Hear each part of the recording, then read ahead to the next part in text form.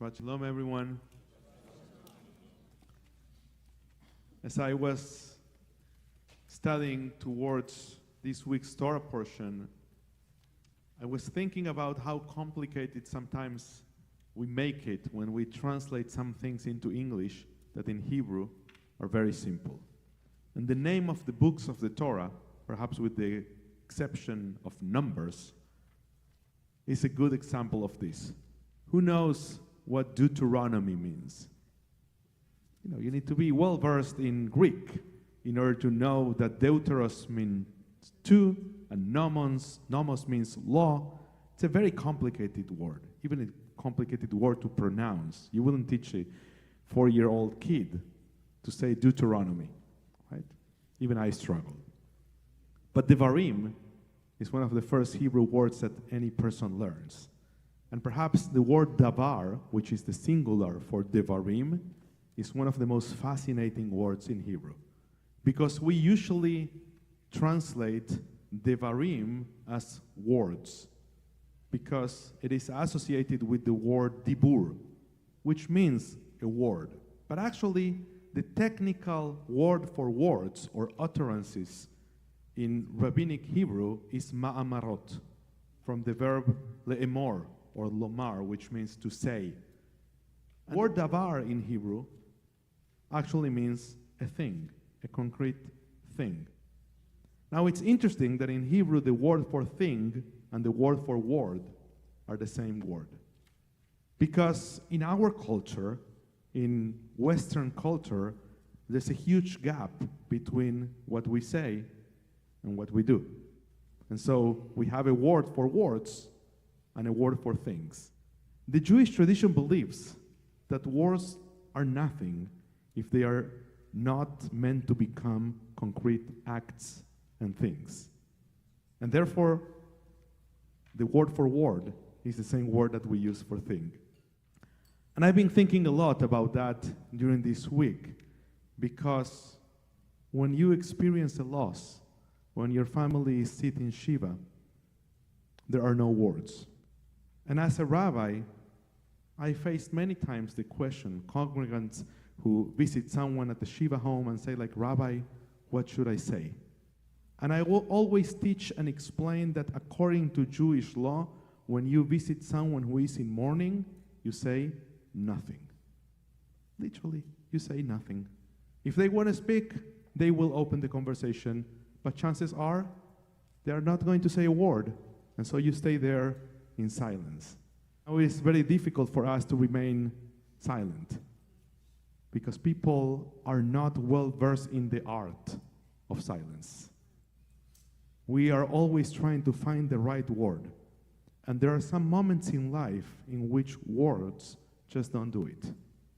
There are no words that are going to provide comfort to a mourner, because words are powerful but also limited in their power. And so what do we do when we want to bring comfort to someone who is grieving? We don't bring words, we bring things. And that's what people do, because just like a word will be useless, a piece of challah, a meal, a note will be extremely useful in those challenging moments. And the Jewish tradition knows that in a culture in which we try to fill every void with words, the job of the Jew is to act, to do things, acts of loving kindness. Perhaps that is why the rabbis in Pirkei Avot say that the true wisdom is emor me'at va'aseh arveh, to say little and to do a lot. That's a wise person. The wise person is not the person who has the right words. The wise person is the person who knows when to say nothing and do everything. Ki lo hamidrash ikar ela amaseh, continues the saying in Pirkei Avot, because words and interpretation are not at the core. Actions are at the core. And perhaps that is why this beautiful word davar, which people usually translate as things, as words, but actually means things, got to be one of the books of the Torah. You know, we are navigating the saddest days of the Jewish calendar. We are on the eve of Tisha B'Av, a day of fast in which we commemorate the destruction of the temple. And the goal, the ultimate goal of the Jewish tradition is to see that temple, at least symbolically, metaphorically, rebuilt. How do we build? How do human beings build? We know that God created and built with words. God said, "Let there be light," there was light. God said, let there be Adam and Eve, and there were Adam and Eve. God is the only one who has the power of creating with words. For the rest of us mortals, we are left with a different tool, which is the tool of love. Acts of loving kindness can build and rebuild broken temples and broken hearts, and even a broken world.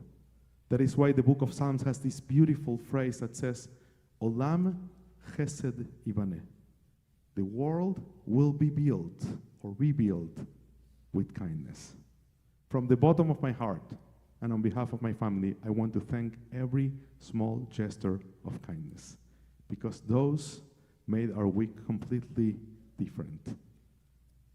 When you are in mourning, you're not thinking, what are you going to cook for Shabbat dinner? So having someone who sends you the challah, having someone who sends you the wine, having someone who sends you the dinner, makes all the difference. And words will not change a thing. I hope that the words of this week's Parsha and the name of the book that we are going to start reading and learning tomorrow, and this idea of Tisha B'Av being always on the eve of the reading of the book of Devarim, help us understand that when it comes to Judaism, what counts are acts and never words. Wishing everyone a Shabbat Shalom.